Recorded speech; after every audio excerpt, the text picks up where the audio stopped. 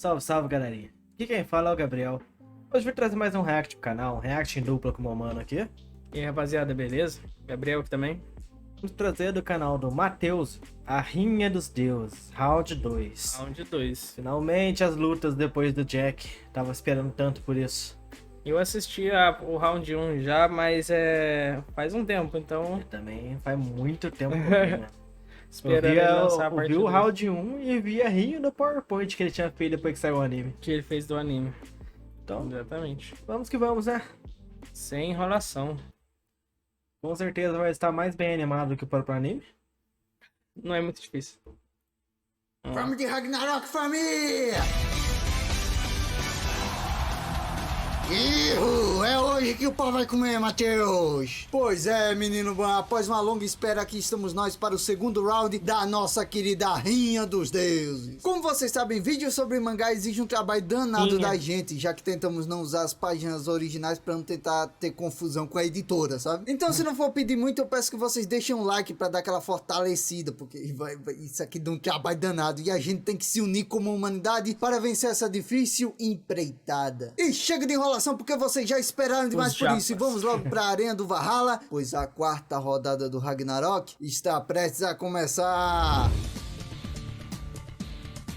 Heráculos. Há um ano atrás trouxemos pela primeira vez a análise do Hércules. mangá aqui pro canal, e no meio desse ano trouxemos também a análise do anime. Se você ainda não viu, vou deixar aí nos cards os dois vídeos, pois cada um deles eu trabalhei com um roteiro diferente, então apesar de falar sobre os mesmos acontecimentos, nos dois vídeos vocês verão duas análises completamente diferentes. E sim, eles adaptaram para o anime as exatas 3 lutas que eu falei lá no primeiro Samurai vídeo, de porém Aka. com um bônus bem no último Samurai de episódio, Deuses. com a arena se tornando a antiga Não, cidade de morri quando eu vi Londres esse e com a mesmo. entrada dos dois próximos combatentes. E é aqui que começamos a nossa quarta rodada do Ragnarok. Após uma vitória que finalmente trouxe um ar de esperança para o lado da humanidade, o seu próximo representante vem e joga um balde de água fria na expectativa da torcida. E não é porque ele não é ameaçador o suficiente para bater de frente com o Deus. Na verdade, ele é completamente ameaçador. Afinal, o quarto humano a lutar no Ragnarok é ninguém menos que o serial killer Jack o Estripador. Confesso que desde que eu vi o nome dele na lista eu fiquei com um certo pé atrás, não só a plateia do mangá como também o leitor Comedor se de sente incomodado de solteiras. seu próximo representante ser um serial killer, ainda mais depois de nossos combatentes passados terem orgulhado com as maiores demonstrações de honra e virtude. Mas querendo ou não, por mais irônico que isso possa parecer, está nas mãos sangrentas de Jack uma das chances de salvar a humanidade. E do lado dos deuses, o escolhido para representá-los é o semideus grego Hércules. Sim, o filho de Zeus. Pelo menos mais um dos 500 que ele tem. Aqui novamente temos um combate de Cara, é o contrários cara. na E um arena, dos 300 pois que é enquanto com o os Jack é um humanos. assassino frio e maluco, o nosso Hércules é o maior exemplo de um protagonista padrão de shonen. Tanto que já de início ele propõe uma rendição pro serial killer, alegando que ao contrário dele o semideus não gosta de morte sem sentido, mas o famoso assassino o responde até de uma maneira bem elegante. Primeiramente lhe agradeço por ter aceitado lutar na minha amada Londres, senhor, mas peço perdão, pois não poderei aceitar a sua proposta. O cara sacou Jack o pode negócio até ser do britânico, bolso. mas a sua alma tem um pouquinho do CJ tirando jeitinho bazuca. brasileiro. Ele é astuto, inteligente e Joseph acima de tirando a tudo tonta. um malandro do caralho. Durante todo o combate ele mente sobre qual é a sua verdadeira volúncia, se aproveitando dessas mentiras para pegar o deus de surpresa e machucá-lo gravemente. Mas apesar desses ataques de surpresa, o corpo do deus grego sempre resiste aos ataques. Inclusive, nem sempre o Hércules foi um deus. Durante o começo da luta já descobrimos que Alcides, que é o antigo nome do Hércules, era um jovem mortal que morava na cidade de Tebas, na Grécia, e que após ter um duelo contra o deus da guerra, acabou sendo convidado para se tornar uma divindade do Olimpo. Durante a luta até vemos os moradores de Tebas na arquibancada dos humanos, e adivinha fazendo o quê? Torcendo pro lado dos deuses, mano. Alcides, Bando de que idiota. você vença, velho amigo. Cala a Bando de boca, traíra. Castor, eles vão te ouvir. Ninguém vai brigar com a gente não, pô.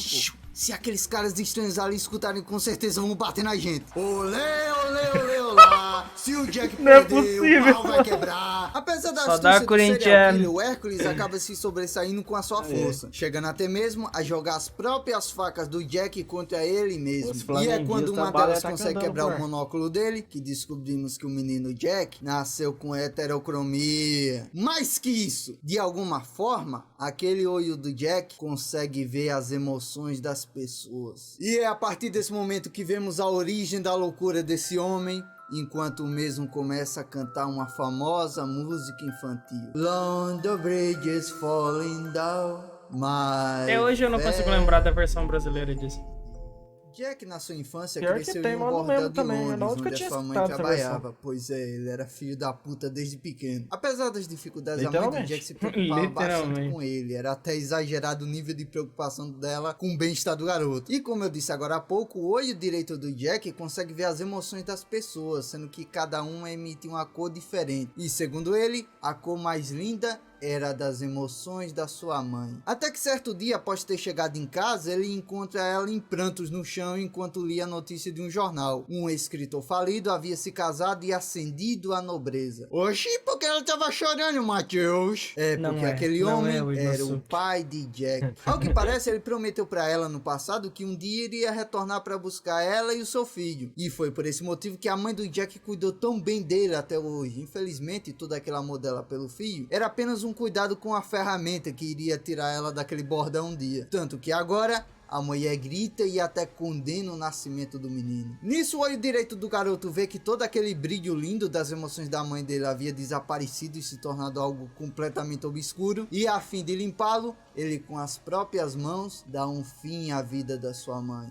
De volta à arena, Jack explica que ao longo de sua vida ele viu as piores cores da humanidade com aqueles olhos. Porém, no momento que ele dava um fim à vida das suas vítimas, todas as cores eram purificadas pelo sentimento do medo. E esse é o motivo idiota dele cometer todos aqueles crimes. Como eu disse, o Jack mentiu bastante sobre qual era a sua verdadeira Volund, mas no clímax da luta dos dois, finalmente é revelado que após ele fazer o pacto com a Valkyria Hulk, ele acabou ganhando como arma divina um par de luvas. E qual a Volund dele? Simplesmente qualquer coisa que aquelas mãos toquem. Graças a isso, Jack consegue não só cortar um dos braços do Hércules usando o ponteiro do Big Bang, como também, como última arma secreta, ele consegue perfurar o peito do Deus usando o próprio sangue das suas feridas como arma. Porém, esse último golpe dele, apesar de ter sido um golpe de surpresa, ele não é forte o bastante para finalizar o Deus. E por isso, Hércules junta o resto de suas forças para dar um último golpe no serial killer. Um golpe que ele jamais receber em toda a sua vida.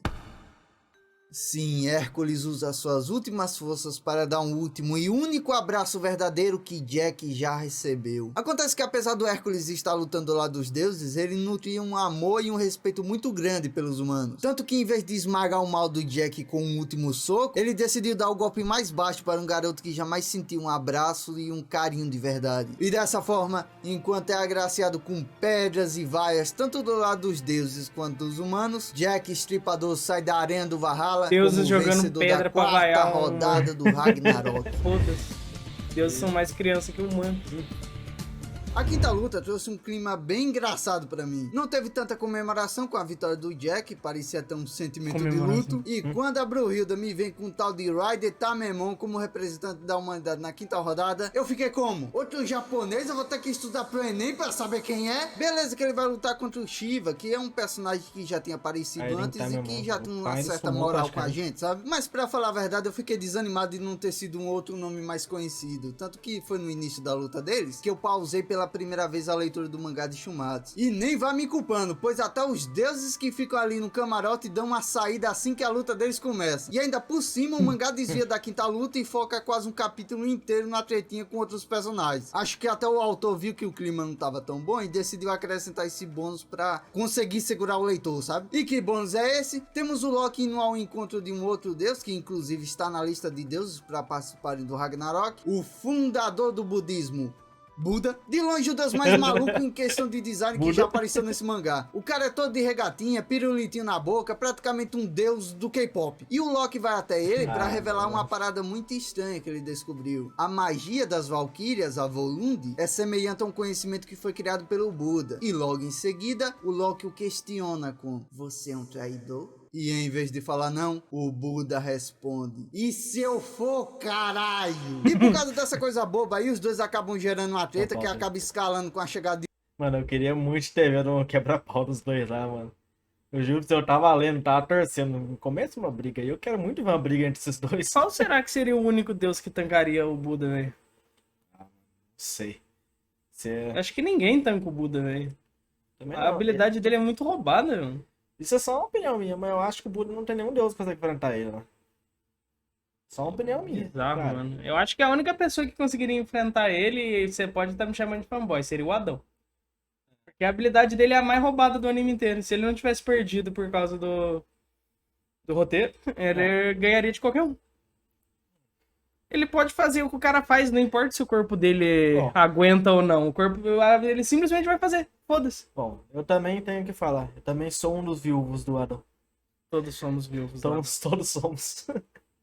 Vamos lá. De outros combatentes futuros do Ragnarok, ficando do lado do Loki os deuses da fortuna e do lado do Buda o japonês Okita Souji, além também do Sasaki Kojiro que volta das caras pra se unir a essa tretinha aí. No fim eles são parados pelos Zeus e Odin antes de caírem na porrada e por isso eu chuto que essa cena foi pra prender um pouco o leitor. E quando voltamos pra arena tá o Shiva sem um dos braços dele. É o quê? Pois é, menino Ban, na verdade o deus indiano perde 3 dos seus 4 braços ao longo do combate. Era esse cara que queria lutar contra o Adão, Matheus? Pois é, menino Ban. Imagina só se ele luta contra o Adão. Ia levar uma surra tão grande. Ainda ficou lá pros ex. É minha vez. É minha vez. Sua vez de quê, pô? De entrar dentro de um caixão? Senta lá pra não deixar 3 mulheres viúvas e um filho pro mundo criar. E veja só, eu que comecei essa quinta luta pausando o mangá por achar o Raiden desinteressante, acabei quebrando a cara quando mostraram o flashback da história dele. Pois é, eu subestimei o poder emocional dos flashbacks de Shumasa no Valkyrie. Na moral, me emocionei demais com a história desse cara aí. A parada do Raiden ter lutado pra ficar vivo desde criança, porque, caso vocês não saibam, o nosso quinto lutador aí nasceu com a condição física que fazia os próprios músculos dele quebrarem os seus ossos. Felizmente ele conseguiu conter os seus próprios ossos, o que lhe concedeu uma força física incrível. Porém, por consequência, as pessoas da vila passaram a chamá-lo de monstro. Apesar disso, Raiden cresceu com um grande senso de justiça. Muito disso se deve à sua mãe, que sempre o incentivou a ver a sua força como um dom para ajudar os mais fracos. Inclusive, isso aí tá me lembrando alguém, hein? Se eu fosse vocês,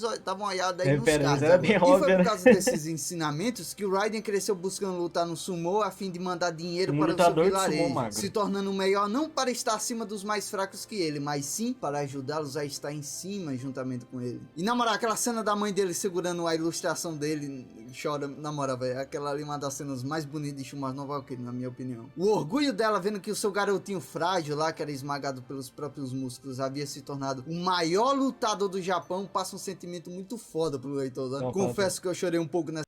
E o engraçado que ele foi considerado o maior lutador de sumo de todos os tempos, mas ele nunca ascendeu a Yokozuna por conta de questões políticas da família. Caralho.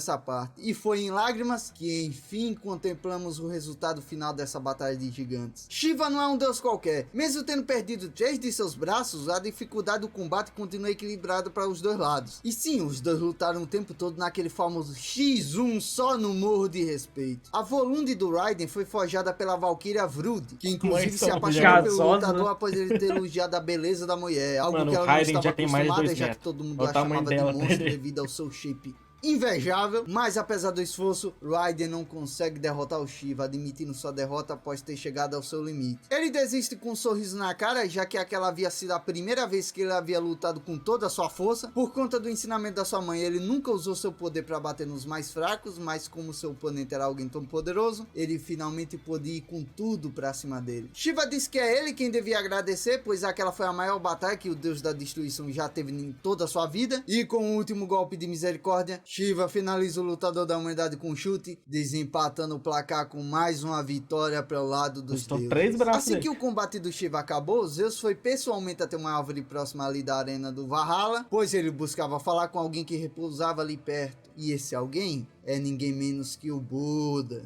O deus estava comendo ali alguns doces enquanto observava a paisagem, e o rei do Olimpo já vai direto ao ponto. Eu vou direto ao ponto. Quero que você lute na próxima rodada, Buda. De volta à arena, Raiden anuncia que o próximo lutador do lado dos deuses será o Buda. Revelação essa que assusta toda a plateia da humanidade. Pois se você conhece um mínimo de mitologia, deve saber que o Buda é roubado pra caralho. Olha a cara de pânico daqueles humanos idiotas. O que ele está fazendo? Ele tá andando pro nosso lado da arena. Pera, me devolve a minha corneta, Buda. Esse Buda é uma zoeira, hein? Ele deve estar querendo soltar uma piadinha pra gente. Pode mandar, meu querido. Então, família, vou lutar pelo lado dos humanos. É isso. Você tá maluco?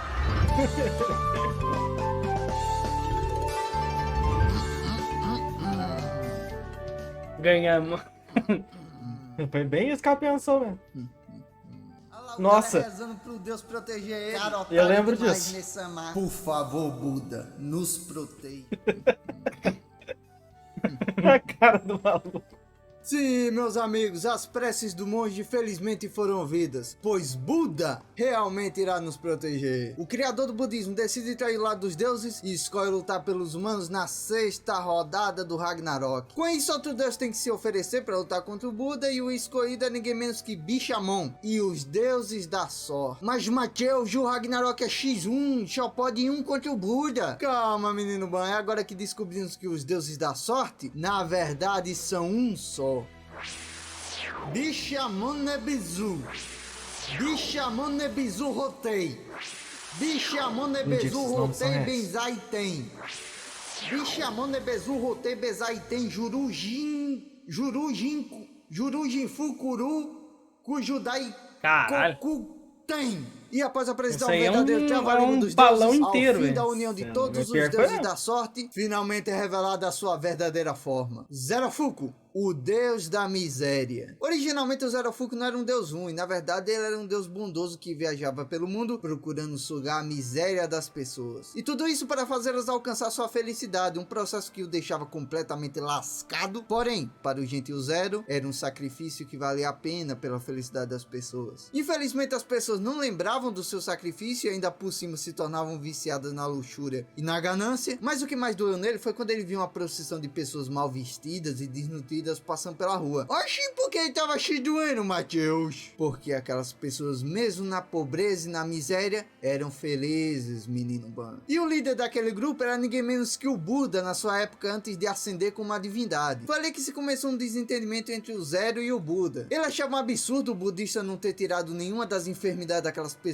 e mesmo assim, elas irradiarem uma felicidade tão grande, ao contrário dele que se lascou para tirar o sofrimento das pessoas e ainda assim as pessoas não alcançaram a felicidade de verdade. Mas é aí que o nosso Buda passa o ensinamento para o menino Zero. Não se pode dar aos outros a felicidade, isso é algo que você conquista após superar suas dores e os seus fardos. E tirar os fardos de uma pessoa só distanciará ela ainda mais da sua felicidade. Porém o Zero não engoliu nenhuma daquelas palavras e esperou até hoje para se vingar do Buda. E uma coisa que eu não posso deixar de falar aqui é que durante esse combate aí temos uma das, se não a maior surpresa da arquibancada desse mangá. Pois na torcida dos humanos surge um grupo chamado os Quatro Sábios. Grupo esse que o Buda fazia parte e também fazia parte o filósofo Confúcio e o Sócrates. Porém, a quarta figura sim é alguém inesperado. Nosso querido Oh Jesus my God. Cristo, meus amigos. Por que não multiplica peixe na África? Sabia que ele ia colocar isso. Peixe para ser multiplicado! O poder do Buda é simplesmente uma humilhação para o Deus da miséria. O Deus não consegue acertar um único golpe nele, pois o nosso sábio aí, assim como o Jack e o Adão, tem um poderoso poder ocular. As 8 consciências. E o que ela faz? Ela simplesmente mostra ao usuário os movimentos futuros do seu inimigo. Além disso, o cajado do Buda muda de forma de acordo com as emoções dele, ou seja, o cara é roubado demais, né? E por ser tão roubado, o Buda vai lá e consegue nocautear o Zerofuku. Nocaute esse que foi tanto físico quanto moral, pois o budista consegue fazer com que o Zero desista de ser aquela divindade rancorosa e volta a ser aquele deus doce que gostava de ajudar os outros. Porém, quando parecia que o combate havia acabado, os chifres de Zerofuku começam a contorcê-lo e transformá-lo em alguma outra coisa. Sim, o cara tem mais uma fodendo transformação final. A diferença é que dessa vez não é a transformação do deus, pois o Zero já havia desistido do combate. O que está acontecendo com ele é muito mais uma possessão, ou melhor, o resultado de um experimento. Ao fim daquela terrível transformação, o que aparece diante de Buda e de toda a arena do Ragnarok é simplesmente um dos maiores demônios do submundo. Rajun,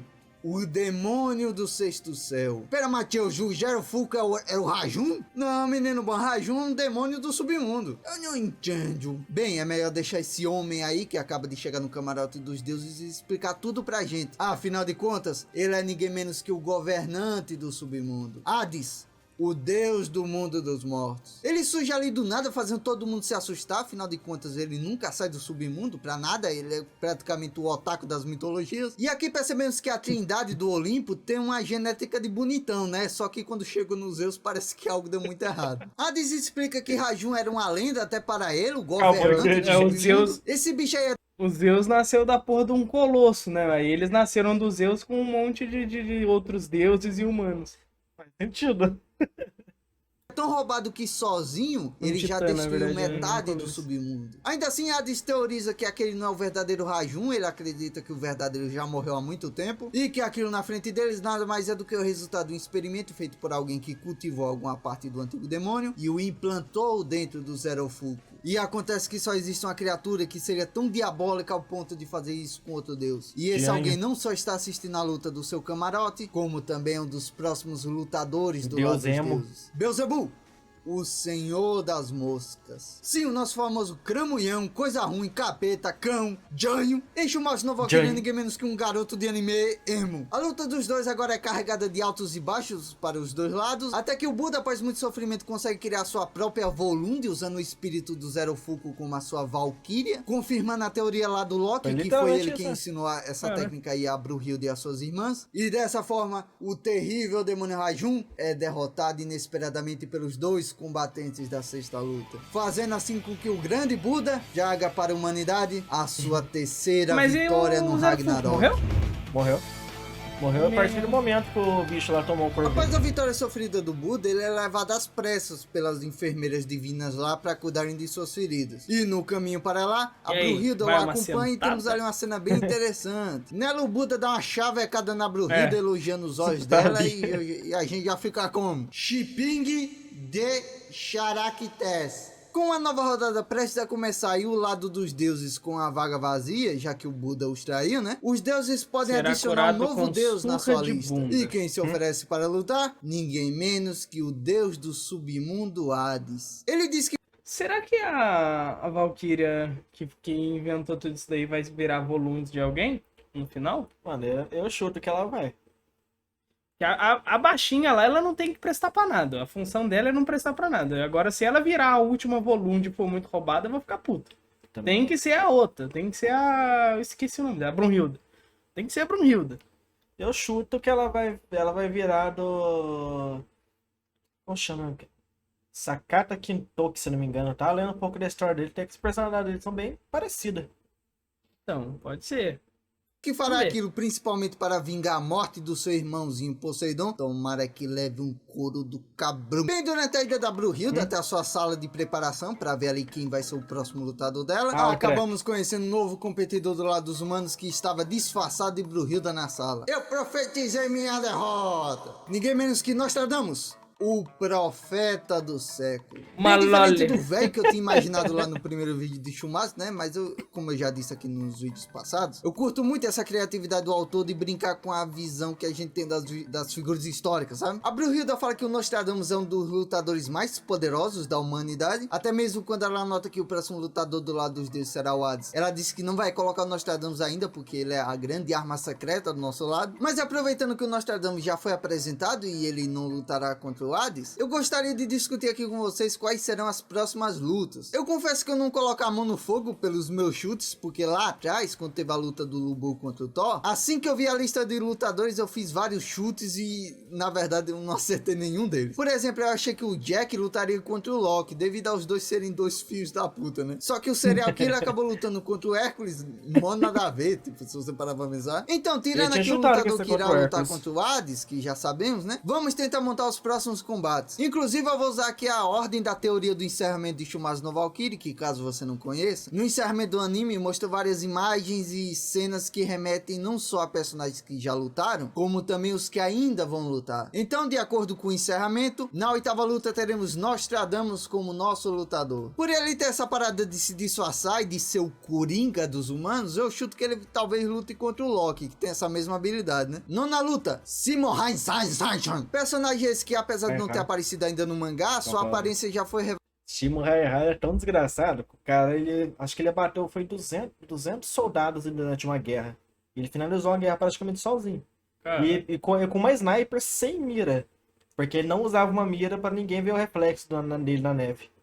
tá, pô. revelada pelo autor já faz um bom tempo. Pra quem não conhece, ele é considerado por muitos como o maior atirador de elite da história da humanidade. Ele E o contra chute que eu Apolo, dou eu e acho. que muita gente tá dando é que ele lutará contra o deus Apolo em uma luta de tiro, já que um dos símbolos do Apolo é um arco. Décima luta, essa aqui é o meu grande chute.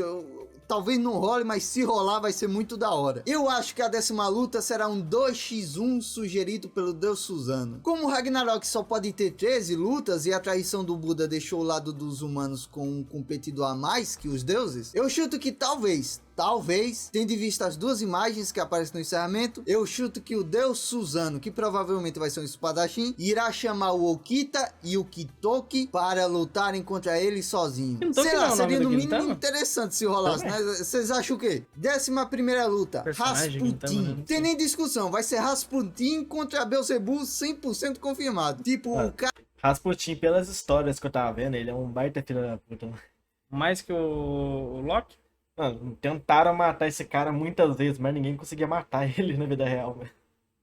Cara, é um exorcista Parece e um o outro é o legume aqui na Satanás. cabeça que eu não vou Eu falar o preciso nome. explicar mais alguma coisa? 12ª luta, Nikola Tesla. Meu chute é que ele lutará contra o deus Anubis. Eu chuto isso porque eu acho que seria uma luta bem interessante desses dois, sabe? Um é o deus que leva as pessoas até a escuridão da morte, e do outro, o homem que trouxe a luz ao mundo. Inclusive, eu já me peguei pensando como seria essa luta aí, tipo, imaginando como será a cena, sabe? Tipo, o Thomas Edison na plateia, dizendo isso aí é um pau no cu, não sei o que, e no fim ele tendo um puto orgulho do rival dele. E como 13ª e última luta, Leônidas, o rei de Esparta, versus Odin, o rei de Asgard. Os dois são bem Verdade, conhecidos né? pelas Leônidas suas também. lanças, Não né? lembrava Mas dele. eu também chuto que ele será o adversário do Leônidas, porque o Odin, sempre que aparece em Chumatos, ele emana uma certa aura de mistério, sabe? Sem contar, claro, a ligação que o Odin tem com será Ragnarok que o na Loki sua não vai história lutar? original, né? Mas, Matheus, Loki você vai lutar esqueceu como de dragão, aquele acho. tal de Qin Shi Huang. Não esqueci, menino Ban, pois a Brunhilde escolheu esse homem aí pra lutar contra o Hades na 7ª rodada do Ragnarok. Afinal, quem melhor para lutar contra Hades, o imperador do inferno, do que Qin Shi Huang, o primeiro imperador da China. Enfia o coronga no seu cu.